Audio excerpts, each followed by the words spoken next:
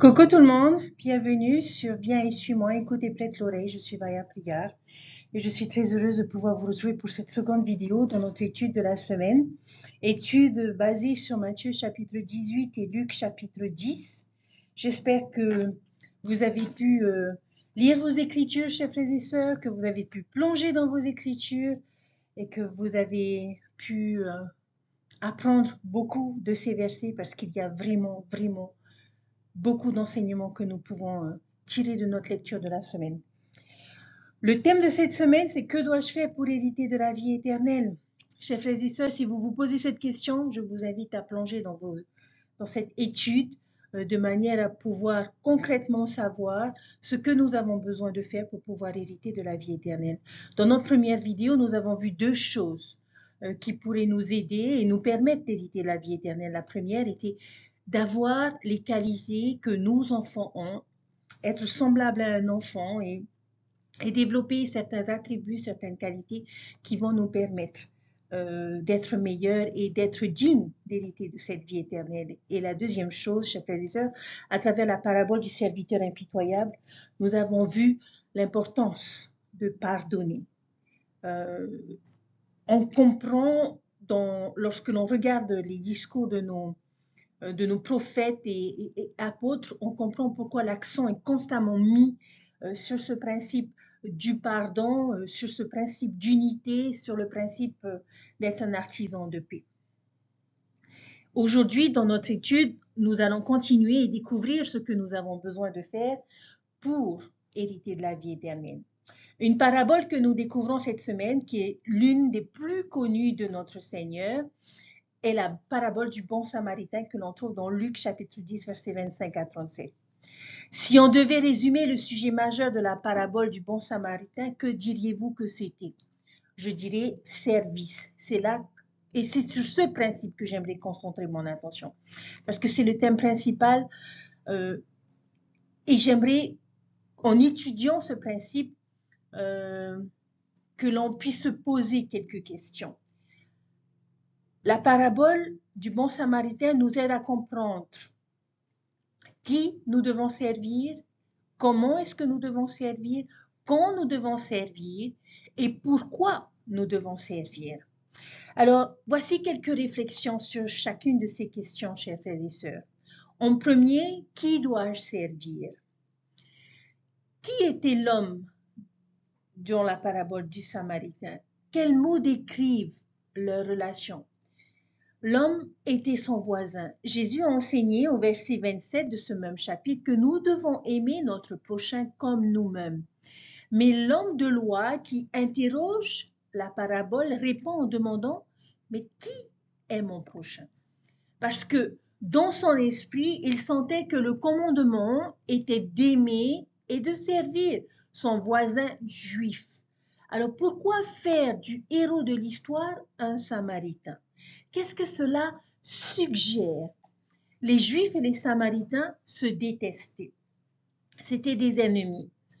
Par conséquent, qui devrais-je être prêt à servir? Et qui est mon prochain? Chers frères et sœurs, cette question est tout le monde, même ceux de différentes nations, cultures ou religions, même nos ennemis. Comme Jésus l'a enseigné dans le sermon sur la montagne, mais moi je vous dis, aimez vos ennemis, bénissez ceux qui vous maudissent, faites du bien à ceux qui vous haïssent et priez pour ceux qui vous maltraitent et vous persécutent. Matthieu chapitre 5, le verset 44. Fascinant, c'est assez fascinant que ce groupe de personnes que les Juifs haïssaient, ce peuple qui était méprisé, soit pour toujours et à ce jour associé à la bonté et au service. Si vous deviez demander à quelqu'un dans la rue la première chose qui lui vient à l'esprit lorsqu'il entend le mot samaritain, quelle serait-elle? Il dirait probablement bien, bonté, générosité, le bon samaritain. En faisant du héros de l'histoire un samaritain, le Seigneur, d'une certaine manière, enseignait à cet homme juif et à chacun d'entre nous les principes d'amour, de tolérance et de compréhension. Comment pourrions-nous répondre autrement à cette question? Qui dois-je servir? Nous devrions, chers frères et sœurs, servir les personnes qui ont besoin d'aide. Nous devons servir les personnes en difficulté. Nous devrions servir les personnes qui ne peuvent pas s'aider eux-mêmes. De plus, ces deux hommes étaient étrangers l'un à l'autre. Nous devrions, par conséquent, être prêts à servir des étrangers, pas seulement les personnes que nous connaissons. Notre deuxième question, chers frères et sœurs, est quand? Quand dois-je servir les autres? Quand le bon samaritain a-t-il servi? Lorsqu'on lit cette parabole, on voit qu'il l'a fait immédiatement. Il a servi quand il a vu le besoin. La question d'aide dit, quelle explication les hommes qui ne sont pas arrêtés pour aider auraient-ils pu donner? Si vous deviez les interroger et leur demander, pourquoi ne vous êtes-vous pas arrêtés pour aider ce pauvre homme? Et j'imagine que les réponses qu'ils auraient pu donner peuvent servir de base pour montrer les circonstances dans lesquelles le bon samaritain était prêt à servir. Peut-être que cet homme de loi ou ce lévite aurait dit des choses comme « Eh bien, j'étais trop occupé pour m'arrêter et pour aider » ou « J'avais un rendez-vous à venir » ou bien « C'était trop dangereux de s'arrêter, j'ai pas envie de me faire agresser moi non plus ». Je me demandais si les voleurs étaient toujours dans le coin. Je n'avais rien à gagner en m'arrêtant pour aider. Ou il dirait ce n'est pas mon problème. Je me suis dit que quelqu'un d'autre s'arrêterait. Chers frères et sœurs, quand devons-nous servir alors? Même lorsque nous sommes occupés, même si nous nous mettons peut-être un peu en danger, même lorsque c'est gênant pour nous. Les occasions de servir se présentent rarement à des moments opportuns, quand il n'y a rien pour moi, quand ce n'est pas un problème, quand je pense que quelqu'un d'autre peut m'aider. Ce sont tous les moments et toutes les circonstances où nous devrions servir. Notre question suivante est comment? Comment est-ce que je dois servir? La question, est-ce qu'il y a une bonne façon dont le bon samaritain aide l'homme qui vous a impressionné? Moi, personnellement, le voir servir avec diligence. J'aime beaucoup ce que le verset 34 nous dit. Voyez tous les et dans ce verset. Cela suggère quelque chose. Regardez toutes les choses que l'homme était prêt à faire pour aider. Et il alla vers lui et pansa ses plaies et versa de l'huile et du vin et le mit sur sa propre bête et le conduisit dans une auberge et prit soin de lui. C'est là un dispositif littéraire. Tous les « et » en fait sont destinés à nous ralentir et à nous donner une idée du volume de ce qui est partagé. J'aime aussi le verset 35. Et le lendemain, quand il partit, il sortit 2 deniers et le donna à l'autre et lui dit « Aie soin de lui, et tout ce que tu dépenseras de plus quand je reviendrai, je te le rendrai. » Comment a-t-il servi l'homme ici?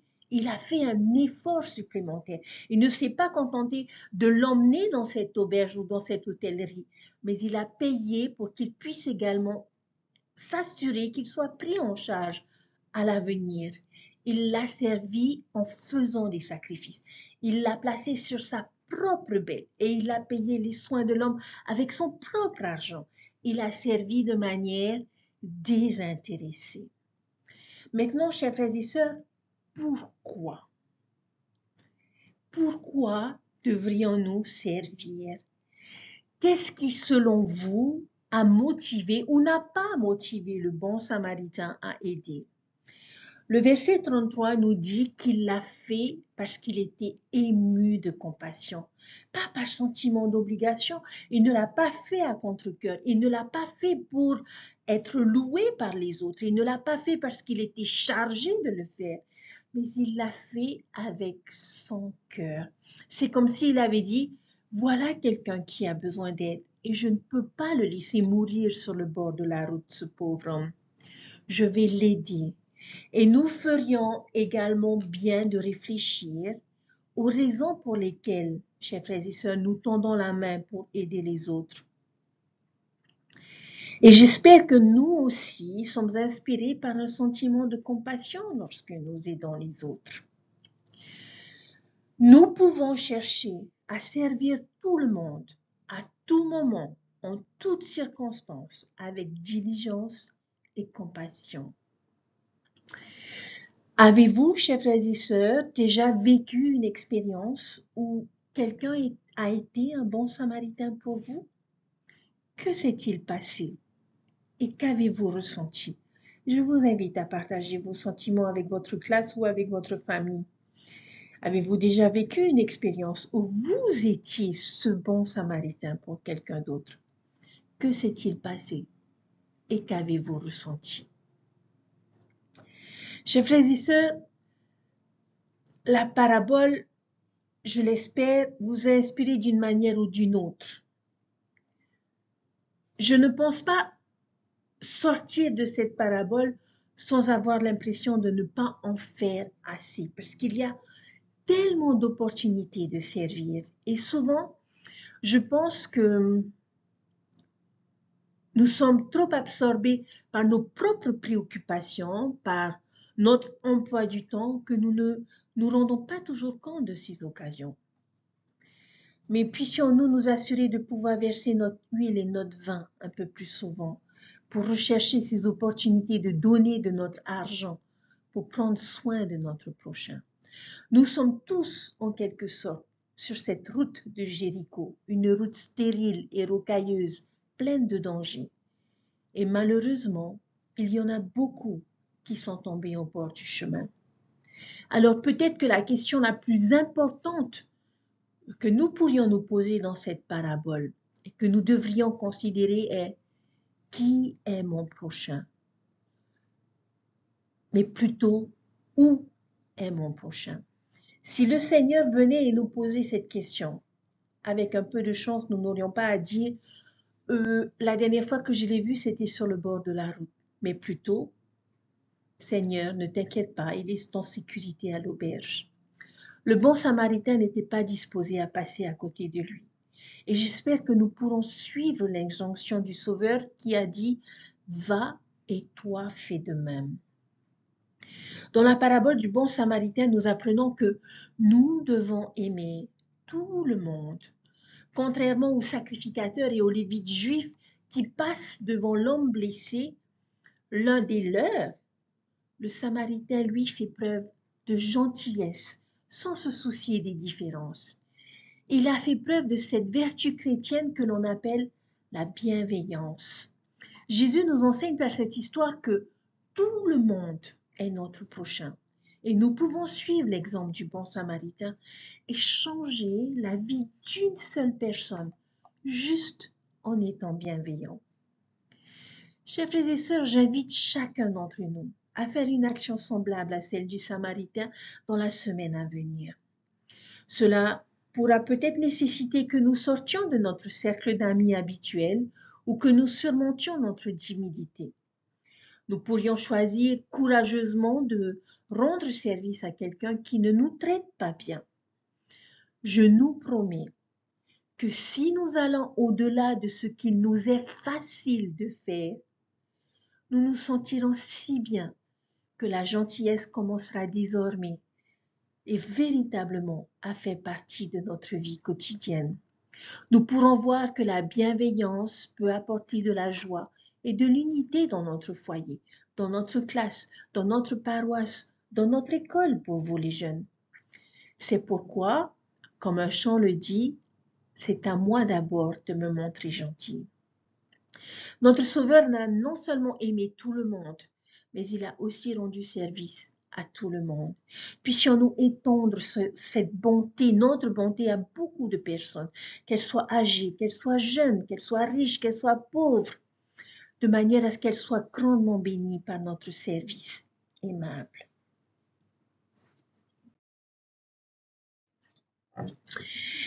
Il y a cependant un autre aspect de cette parabole que je souhaiterais mettre en avant.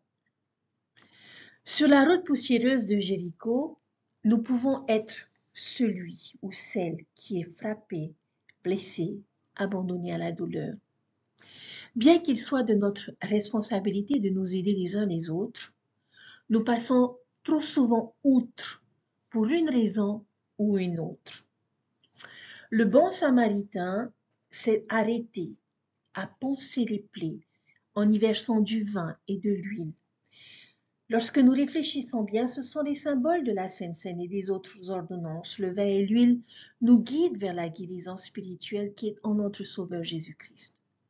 Le bon Samaritain nous met sur son âne ou nous porte sur ses épaules et il nous emmène à l'hôtellerie qui représente, chers frères et sœurs, l'Église de Jésus-Christ.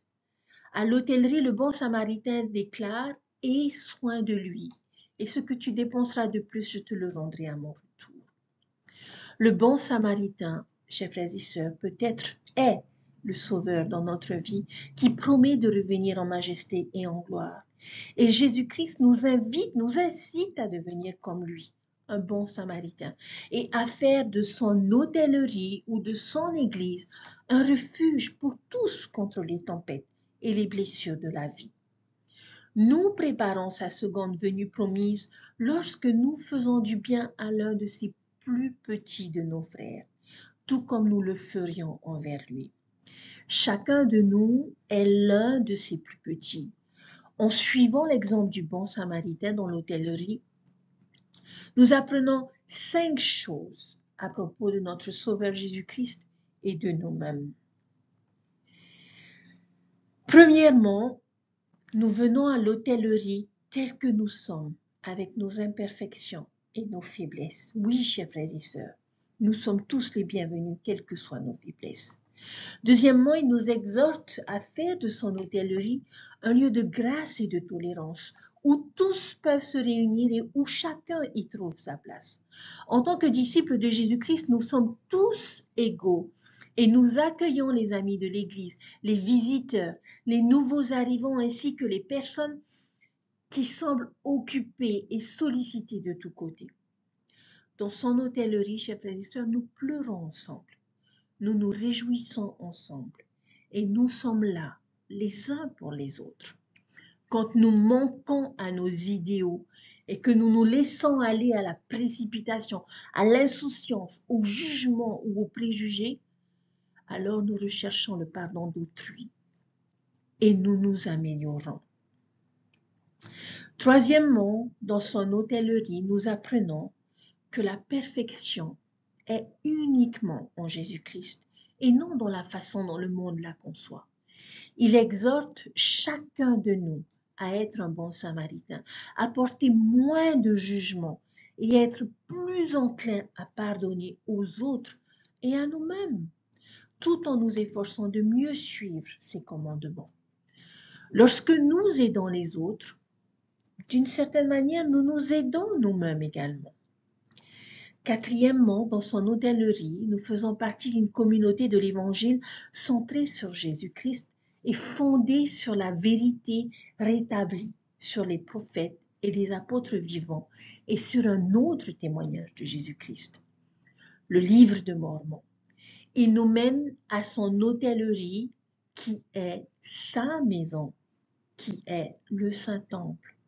La maison du Seigneur est un lieu où, comme pour l'homme blessé sur le chemin de Jéricho, le bon Samaritain peut nous purifier, peut nous habiller, peut nous préparer à retourner en la présence de Dieu et nous unir éternellement à sa famille. Les portes de ces temples sont ouvertes à tous ceux qui vivent son évangile avec foi et obéissance. Et enfin, nous nous réjouissons de savoir que Dieu aime ses enfants parmi toutes les nations, tribus et peuples, quel que soit leur parcours et leur situation. Chers frères et sœurs, il y a de la place pour chacun dans son hôtellerie. Notre bon Samaritain promet de revenir et des miracles se produisent lorsque nous prenons soin les uns des autres comme il le ferait. Lorsque nous nous présentons un cœur brisé et un esprit contrit, nous sommes justifiés en Jésus-Christ et nous nous retrouvons enserrés dans les bras de la sécurité, dans les bras de son amour. Les ordonnances sacrées procurent un sentiment d'appartenance grâce aux alliances et au pouvoir de la divinité qui sont nécessaires pour purifier nos intentions et nos actes. Grâce à l'amour bienveillant et à la patience du Sauveur, son Église doit devenir notre hôtellerie. Lorsque nous faisons de la place dans son hôtellerie et y accueillons tout le monde, notre bon samaritain peut nous soigner sur le chemin poussiéreux de la condition mortelle. Avec un amour parfait, notre Père céleste et son Fils bien-aimé Jésus-Christ promettent la paix dans ce monde et la vie éternelle dans le monde à venir, afin que là où ils sont, nous puissions être aussi.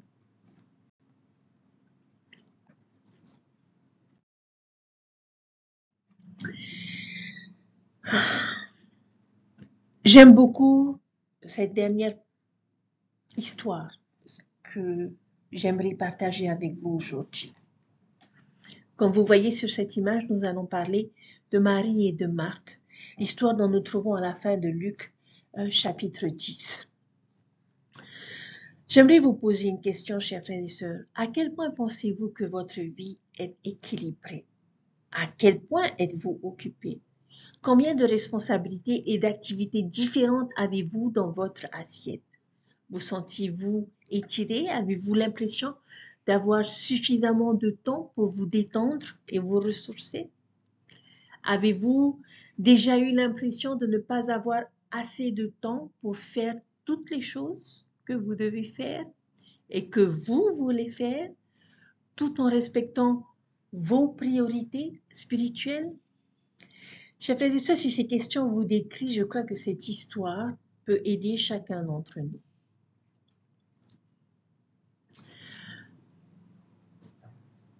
Dans cette histoire de Marie et Marthe, à votre avis, pourquoi est-ce que Marthe était-elle si gênée par le service?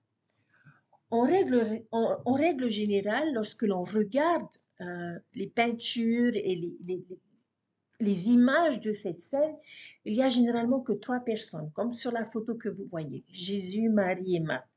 Ce qui, si c'était le cas, alors oui, je serais tentée de juger davantage Marthe et de dire, mais le Sauveur est là, pourquoi est-ce que tu es si occupé? Arrête ce que tu fais et va écouter ses enseignements. Mais je ne suis pas sûre de vraiment l'imaginer ainsi. J'imagine que la maison était remplie d'invités. Jésus était toujours accompagné de ses apôtres et de personnes. Ses apôtres étaient constamment avec lui et ils étaient déjà 12. Et les disciples cherchaient toujours à être près de lui. Les évangiles décrivent souvent comment les gens se pressaient autour de Jésus et que les foules le suivaient dans les rues. Marc chapitre 6, le verset 31 nous dit qu'il y avait beaucoup d'allées et venues et qu'il n'avait pas tant de loisirs que de manger. Maintenant, nous ne pouvons pas savoir avec certitude. Peut-être que la situation ressemblait plus au fait que Marthe voulait que le repas soit parfait pour lui et donc elle s'affairait et préparait toutes sortes de plats et essayait de tout arranger. Mais dans mon esprit, j'imagine une pièce, chers frères et sœurs, remplie d'invités. Et Marthe qui essaye de s'assurer que tout le monde est pris en charge et nourri. Et puis, il y a Marie, là, qui écoute simplement le Sauveur, lui laissant tout le travail à faire. Peut-être que c'était juste un peu sa nature, qu'elle était prudente et préoccupée par beaucoup de choses, pas seulement par ce repas.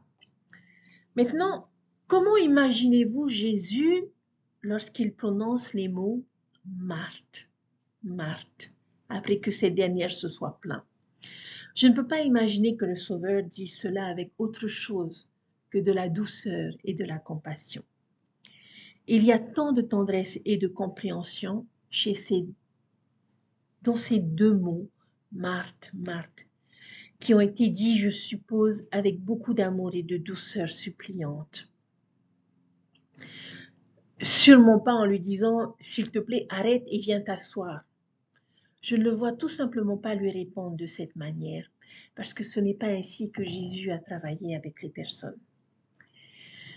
Jésus l'aimait. Dans Jean chapitre 11, en verset 5, on nous dit « Oh, Jésus aimait Marthe et sa sœur. » Elle était une grande amie, et sa maison à Béthanie était un havre de paix pour le Sauveur lorsqu'il cherchait à échapper au chaos et à l'animosité de Jérusalem, juste de l'autre côté de la colline.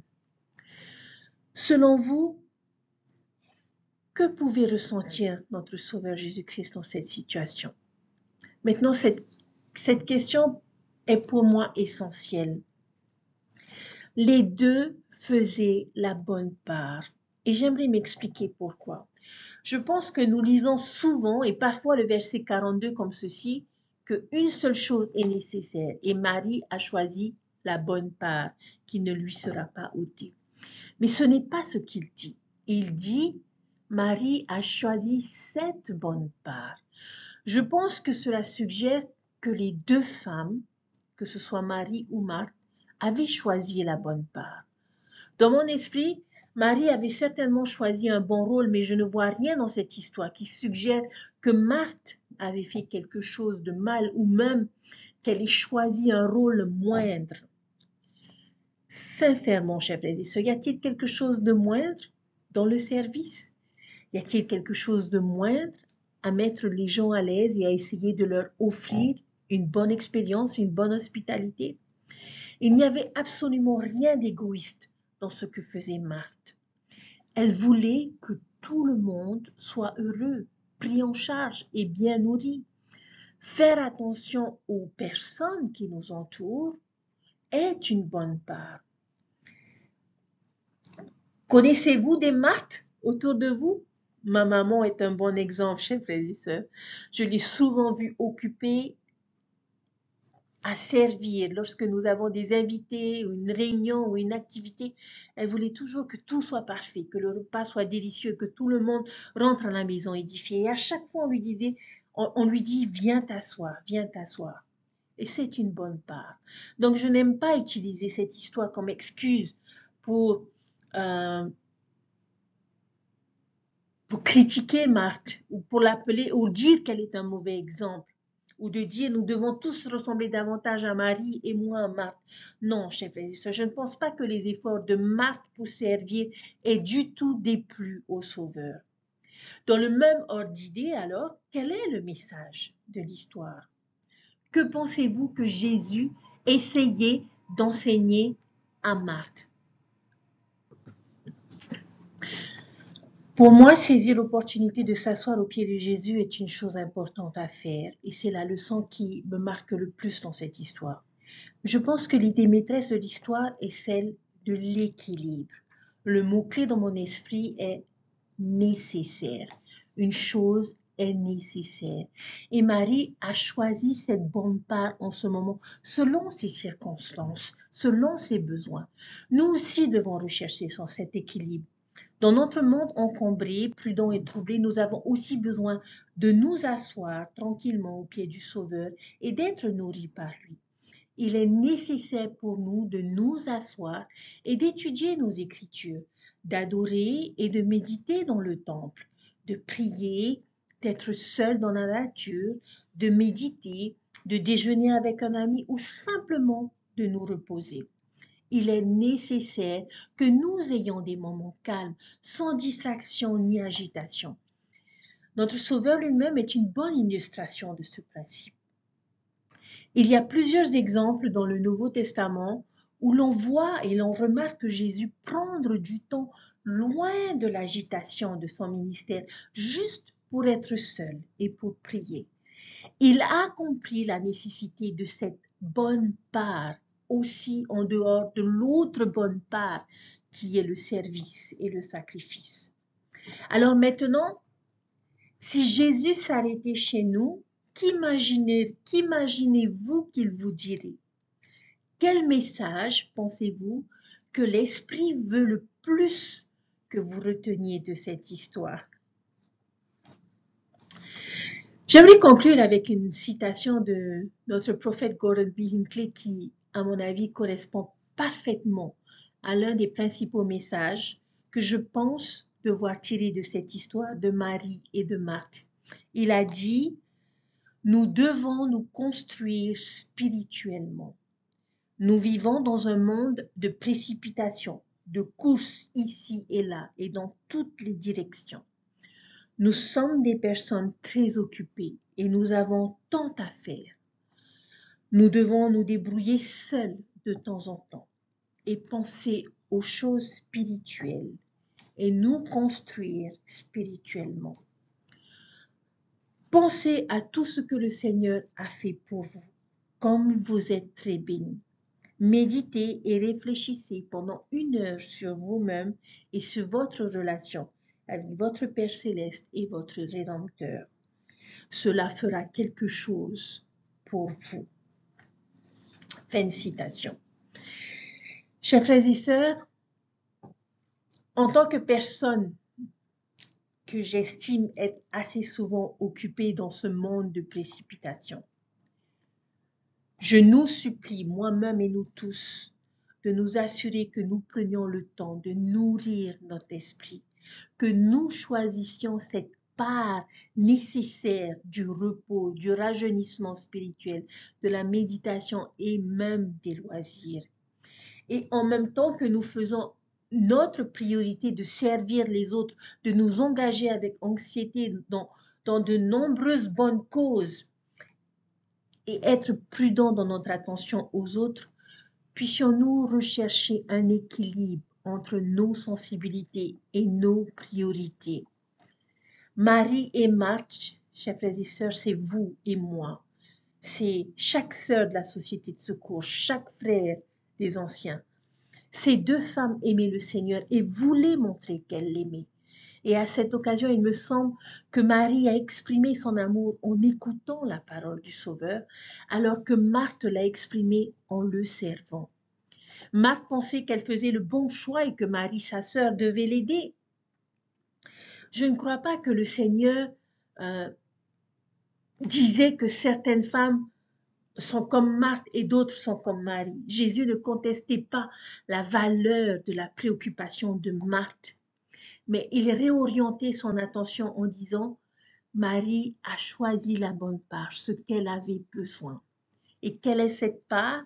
Le prophète Léhi a enseigné « Je voudrais que vous vous tourniez vers le grand médiateur et que vous écoutiez ses grands commandements et que vous soyez fidèles à ses paroles et choisissez la vie éternelle selon la volonté de son Esprit Saint. » La seule chose qui est nécessaire, chers frères et sœurs, et nous le savons tous, c'est de choisir la vie éternelle.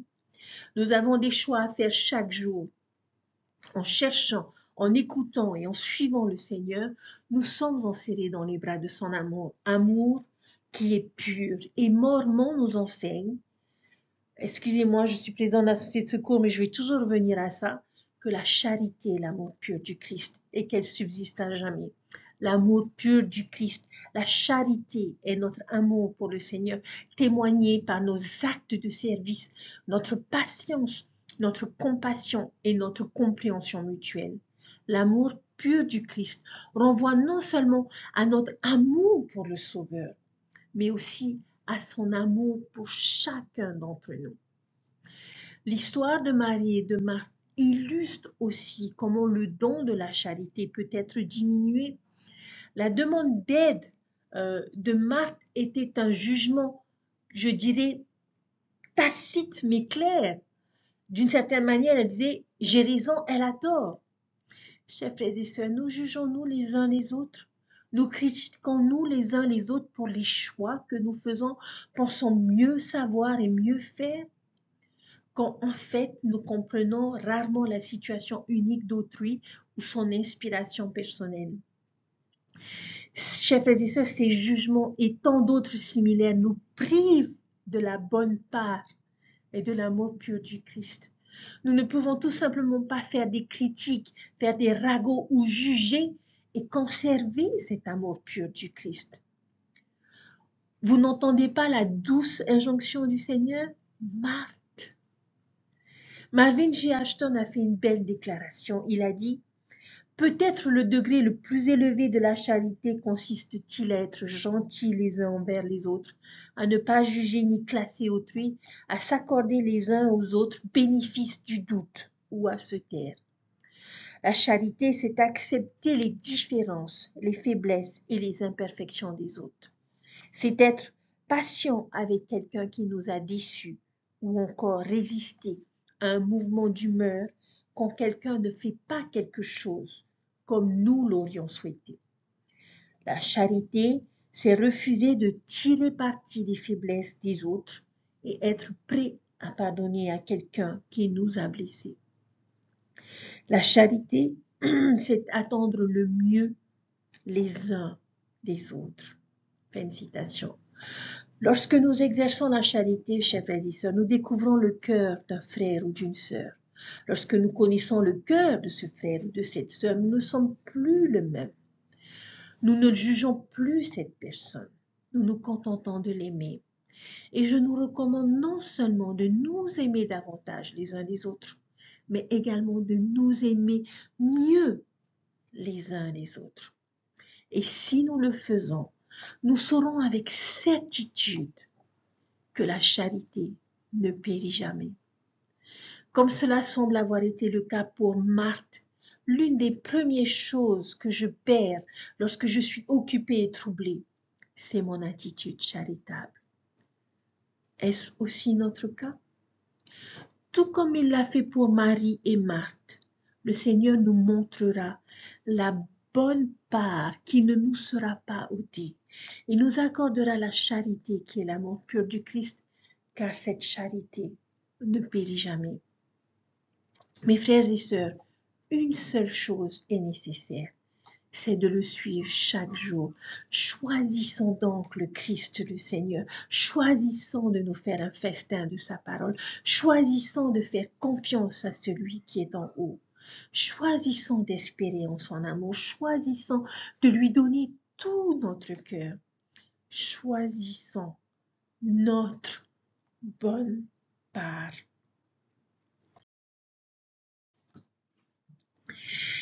Chers frères et sœurs, c'est sur ces choses que je vais terminer notre étude de la semaine. Il y a des enseignements que j'ai pu personnellement retrouver et il y en aura peut-être d'autres que l'Esprit vous enseignera selon vos circonstances et selon vos besoins.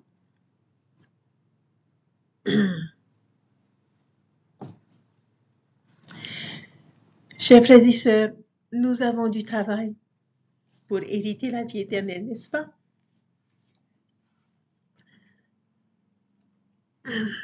Nous avons encore beaucoup de choses que nous devons accomplir dans notre vie, changer notre façon de voir, changer notre façon d'être, changer notre cœur s'il le faut, pour mériter notre place dans le royaume des cieux avec notre Père Céleste. Soyons doux et humbles comme des enfants. Soyons prêts à pardonner.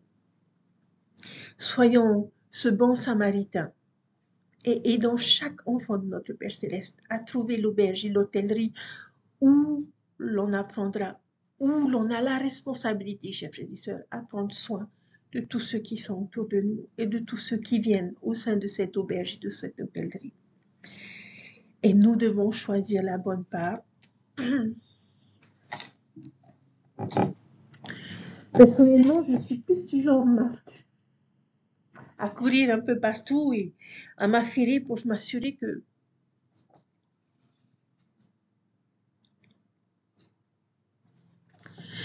tout le monde est bien, que tout le monde va bien et que tout le monde va retirer le meilleur de chaque expérience.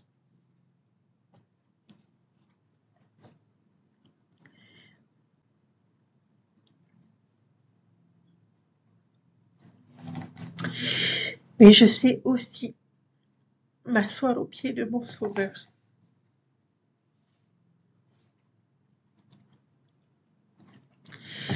Et ce sont les meilleurs moments de ma vie.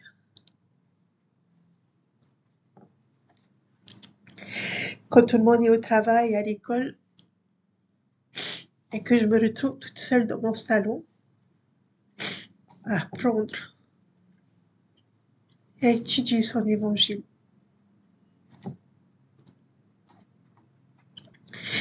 Et chaque jour, mon témoignage se fortifie de l'amour infini que Dieu a pour chacun d'entre nous. Et que nous ne sommes vraiment pas livrés à nous-mêmes, chers frères et sœurs.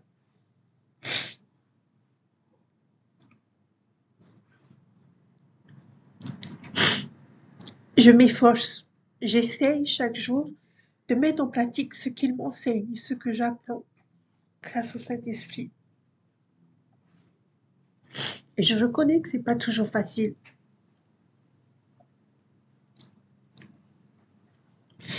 Mais je vous témoigne, chers frères et sœurs, que si nous nous efforçons d'être comme lui, si nous nous efforçons d'aller et de faire de même, nous serons bénis. Et le Seigneur nous aidera à accomplir des miracles dans notre vie et dans la vie de beaucoup de personnes autour de nous.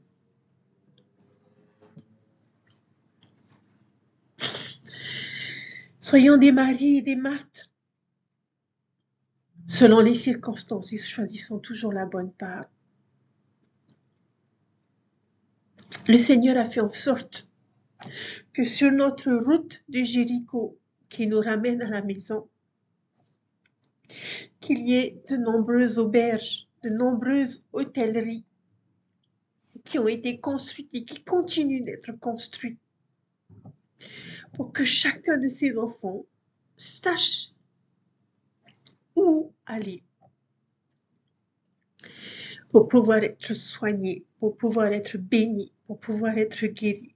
Nous sommes bénis d'avoir des temples, nous sommes bénis d'avoir des chapelles, chers frères et sœurs. Mais je nous invite à méditer sur la manière dont nous agissons dans ces auberges et à nous demander si nous faisons vraiment ce que nous sommes supposés faire avec tous ces enfants que Dieu nous confie dans chacune de nos responsabilités.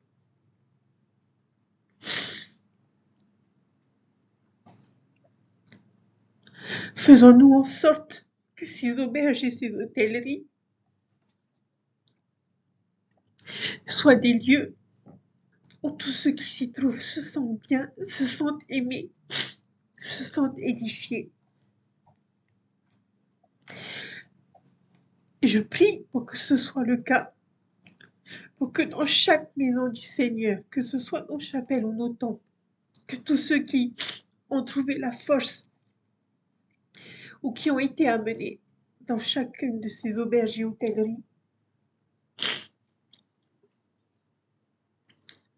puissent ressentir l'amour infini de Dieu à leur égard et puissent trouver la force de se soigner, de se relever et de continuer à marcher sur cette route de Jéricho.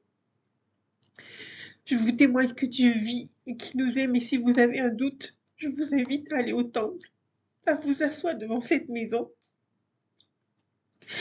et à penser à cette belle auberge que nous avons ici sur notre petite île en Polynésie française, ou devant votre chapelle dans laquelle vous vous rendez chaque dimanche.